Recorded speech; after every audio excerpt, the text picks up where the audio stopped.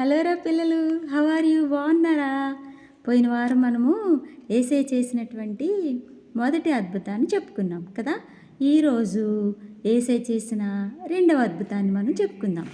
ఆ రెండవ అద్భుతం ఏంటంటే, మరి యేసయ్య ఒక చిన్న కుమారుణ్ణి స్వస్థపరుస్తాడనమాట. అది ఎక్కడుందంటే యోహాను సువార్త 4వ అధ్యాయము 46 నుంచి 54 వచనాల్లో ఉంటుంది. పోయిన వారము మరి ఒక అద్భుతం చెప్పాను, మీకు గుర్తుందా? మరి గుర్తున్న వాళ్ళు నాకు కామెంట్ చేయండి. తప్పకుండా నేను చెప్పినటువంటి మరి అద్భుతాలు విని మరి నేను అడిగేటువంటి ప్రశ్నలకు జవాబులు చెప్పినట్లయితే, కామెంట్ చేసినట్లయితే తప్పకుండా ఏదో ఒక రోజు నేను మీకు మరి గిఫ్ట్ ఇస్తాను. ఓకేనా? ఈరోజు అద్భుతం గురించి చదువుకుందాం. చూడండి, ఇక్కడ యేసు ప్రభు చేసిన అద్భుతం యోహాను సువార్త 4వ అధ్యాయము 46 నుంచి 54 వచనాల్లో ఉంది.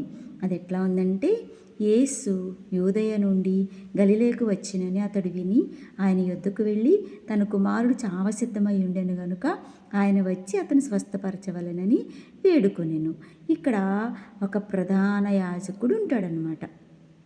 అప్పుడు ఆ ఊరి పేరు ఏంటంటే కపెర్నహూము. కపెర్నహూములో ఒక ప్రధాని యొక్క కుమారుడు చనిపోవటానికి సిద్ధంగా ఉంటాడు. చూడండి, ఈ రోజుల్లో చాలామందికి మరి ఏదైనా ప్రాబ్లం వచ్చినప్పుడు, హెల్త్ ఇష్యూ వచ్చినప్పుడు మరి చాలా హాస్పిటల్ తిరుగుతారు కదా. తిరిగినప్పుడు ఎక్కడ కూడా వాళ్ళకి మరి క్యూర్ ఉండదు.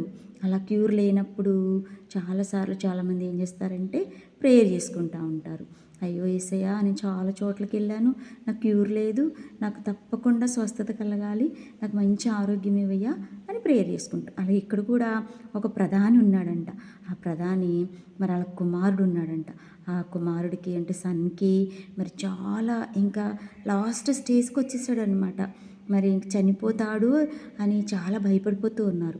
అలాంటి టైంలో యేసయ్య అద్భుతాలు చేస్తున్నాడు అని చెప్పేసి యేసయ్య దగ్గరికి ఆ కుమారుడిని తీసుకొచ్చి ఏం చెప్తాడంటే, మరి నా కుమారుడు చావు సిద్ధంగా ఉన్నాడు, దయచేసి స్వస్థపరిచేసేయా అని చెప్పేసి చెప్తాడు.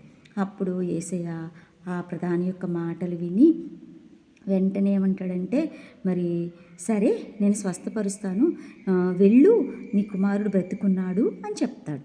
అప్పుడు వెంటనే ఇంటికి వెళ్ళి చూస్తే వాళ్ళ అబ్బాయి చనిపోతా ఉన్నాడు అనుకున్నటువంటి వాళ్ళ అబ్బాయి వెంటనే లేచి కూర్చున్నాడు. చనిపోలా, ఇంక చనిపోతాడు, లాస్ట్ స్టేజ్కి వచ్చేసాడు అని అనుకున్నటువంటి ఆ బాబు చక్కగా లేచి కూర్చున్నాడు అనమాట. అంటే దీన్ని బట్టి మనం ఏం చేసుకోవాలి?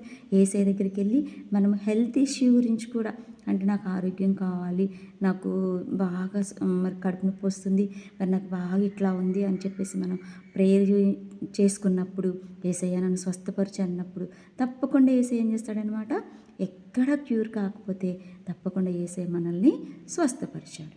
కాబట్టి రెండవ అద్భుతం ఏంటనమాట, ప్రధాని యొక్క కుమారుణ్ణి దేవుడు స్వస్థపరచటం.